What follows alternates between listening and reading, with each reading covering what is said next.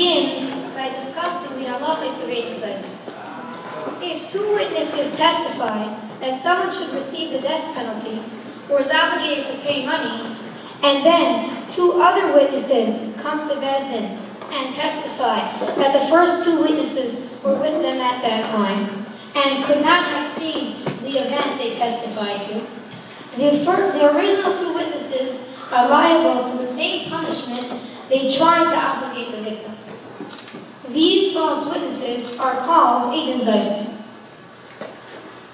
The halacha is that when Eidem testify to make someone liable to the death penalty and they are found to be Zayman, if the victim was not yet executed, the Eidem are executed in place of the victim. But if the victim was already executed, the Eidem are not executed. As the Gemara learns from Kasher Zaman V'loi Kasher Asa, as he planned to do, but not as he actually did. What is the halacha of false testimony on money? If the Eidem testify that Reuven is obligated to pay Shimon, and they are found to be Zayman, are they only obligated to pay if Reuven had not yet paid the money? Or are they obligated to even if Reuven had already paid the money? This is a question discussed in the Mishnah. Taisus Malakama, the Adler says that in a case of testimony on money, the Eidem Zayman will be obligated to pay even if the money was already paid. Taisus gives two reasons. The Rivan explains that this is because the money can be returned, and therefore it is always only considered Kasher Zaman, what he planned to do, in which case the Torah obligates the witnesses to pay. Because it is not a final, irrevocable decision of business. The Ri answers differently, that in a case of money, we have a Kal V'Chaimer to teach us that the witnesses should pay even if the victim already paid the money. If he is obligated for trying to damage, all the more so is he obligated for actually causing damage. Only in a case of the death penalty do we say that he is not obligated for actually causing the death of the victim. Because one cannot use a Kal V'Chaimer to learn out that someone should receive the death penalty. The Mitzvah in Makos, that Beis Din argues and says that even in a case of a monetary obligation, we apply the rule of Kasher Zaman V'loi Kasher Asa. And if the money was actually paid, the Eidem Zayman will not be obligated. However, says the Ritva, even though the Eidem do not have to pay in that case, based on the halacha of Eidem Zayman, if the money cannot be returned, the Eidem will have to pay as mazik, damages, based on the principle of Garmi, since they caused the victim damage.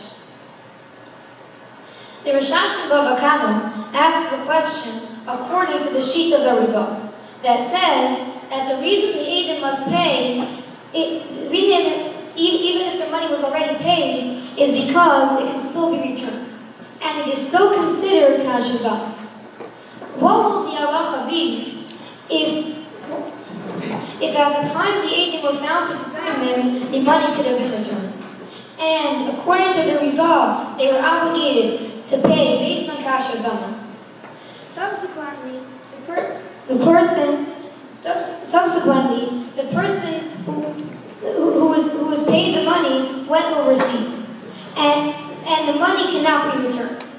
Now, the Eidem have actually made him lose the money, and they should be obligated to pay based on Dina de Garmi as damages.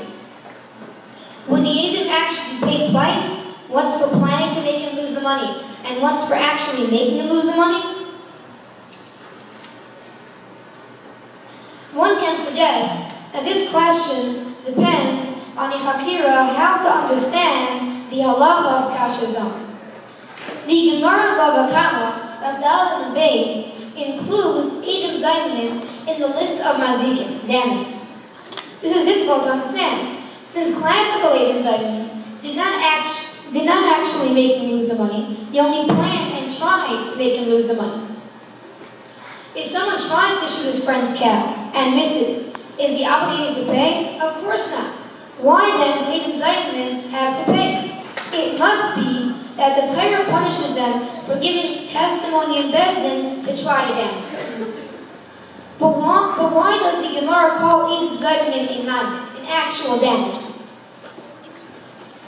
Some Achronim explain that we see from this Gemara that the obligation of Eid Zaymin to pay is because the Torah considers false testimony so seriously that it is as if they actually caused the damage, and their payment is considered paying for damage, even though the damage didn't actually happen.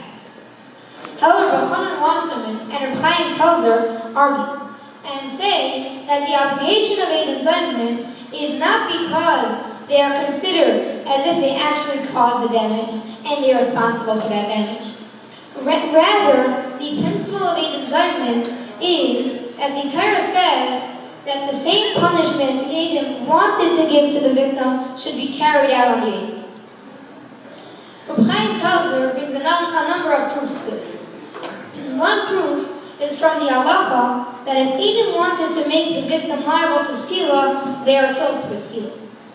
If the obligation of Eid Zaymin is because it is considered as if they actually carried out what they planned to do and killed the victim, they should only be liable to herod, like every murder. It must be, says Reb Chaim Telzer, that the obligation is because whatever punishment the Eidim trying to bring on the victim should be carried out on the Eidim. Another proof is from Taisus and Bava Kama that says that if Eidim testify to make a shar muad, meaning that it is now a dangerous ox, and will pay full damages from now on if it damages again, the Eidim are obligated. The Eidim Zaydim are obligated to pay for the loss of value of the ox. Says Reb Chaim Telzer that if the obligation of Eidim Zaydim is based on considering it as if they actually caused the damage, they should be patur, exempt, since the damage that was done is hezeshet nikr, not tangible damage, for which one is exempt. It must be that the obligation of Eidim Zaydim is that whatever they try to do to the victim will be done to them. Therefore, since they tried to cause a loss of value to the ox, they have to take that loss and pay the bill. Reb Chaim Telzer brings a similar proof from the Getzais HaCheshbon, who says that if Eidim Zaydim testify that the victim's wine is yayin neseh, prohibited wine, they are obligated to pay. If the obligation of Eidim Zaydim is because it is considered as if they actually caused the damage, in this case they should be exempt, since again it is hezeshet nikr, an intangible damage. And even if they would actually pour the wine as a liberation for Avodah Zarah and make it asur, they would be exempt. It must be that the obligation of Eidim Zaydim is because whatever they try to do should be carried out on them. Therefore, they must take the loss they tried to cause the victim. However, other Achronim understand Eidim Zaydim like the other approach. They are liable because they are considered as if they actually caused the damage that they tried to cause. These Achronim understand the Torah that it is exercise custom that the Eidim Zaydim receive the same type of misa they tried to make the victim liable to, even though a normal murderer always receives herod. Based on this chakira, we can now discuss the question of the Drash. What is the halacha if Eidim obligated money which he pays, and later the person who received the money goes overseas and it becomes irretrievable? Says Rishon Rozovsky, that if we understand that the Eidim are obligated as a punishment for what they tried to do, one can argue that they should have to pay twice. One as a punishment for trying to obligate the victim based on the halacha of Eidim Zaydim, and one for actually making him lose the money based on the halacha of Garmi. However, if the allegation of Eidim Zaydim is because we consider it as if the Eidim actually made him lose the money, says Shmuel, that they will only pay once. Since both the obligation of Eben Zeidman and the obligation of Garmi as a damager are paying for the loss of money. One can only have one obligation to pay for the loss of money. There are many people in this room I would like to thank.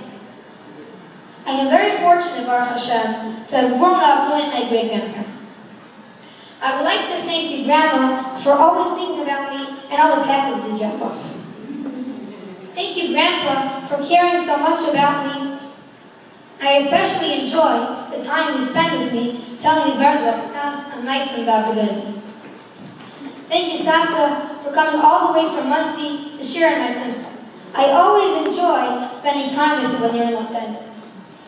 Bobby from Baltimore was unable to make it, but she's with us now. I want to express my gratitude to my Adler and Shapiro grandparents for everything you do for me. It is so special to be able to spend time with you now that we live in town. I want to thank the Anhola and Rabbeinu of Teresemis, who have helped me grow towards my goal of becoming a Adler. Thank you, Rabbi Byron, for helping me grow throughout this year in Torah and Avodas Hashem. Thank you, family and friends, for coming. I can't mention each of you by name, but I appreciate each one of you.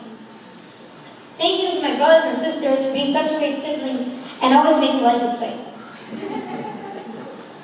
I owe a tremendous akar satay to my parents for spending endless time and energy bringing me up with so much care and devotion. Above all, I must thank HaKadosh Baruch Hu for the incredible kindnesses that He constantly does for me, and especially for putting me in an environment where I'm able to grow to become an Eved Hashem.